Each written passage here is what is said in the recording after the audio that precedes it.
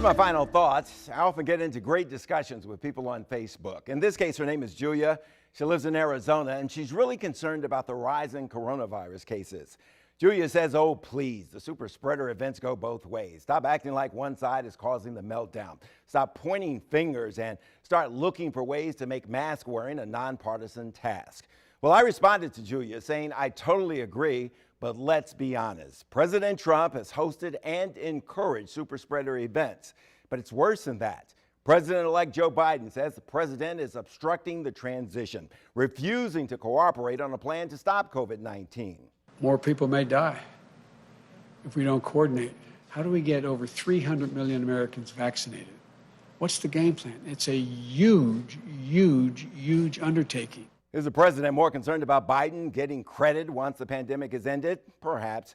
Julia, did you see the Trump rally this past weekend? Not wearing a mask and keeping a safe distance seemed to be part of the protest to the election itself.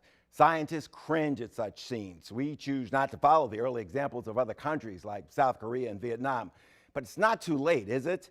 Vaccines are on the way in months for most of us, but people will still get sick and die in the meantime.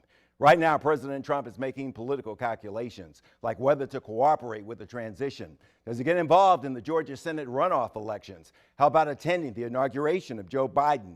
And should he run for office again for the White House in 2024? Telling the 70+ million people who voted for him to wear a face covering and keep their social distance shouldn't be a political decision, Mr. President. It would be the right thing to do.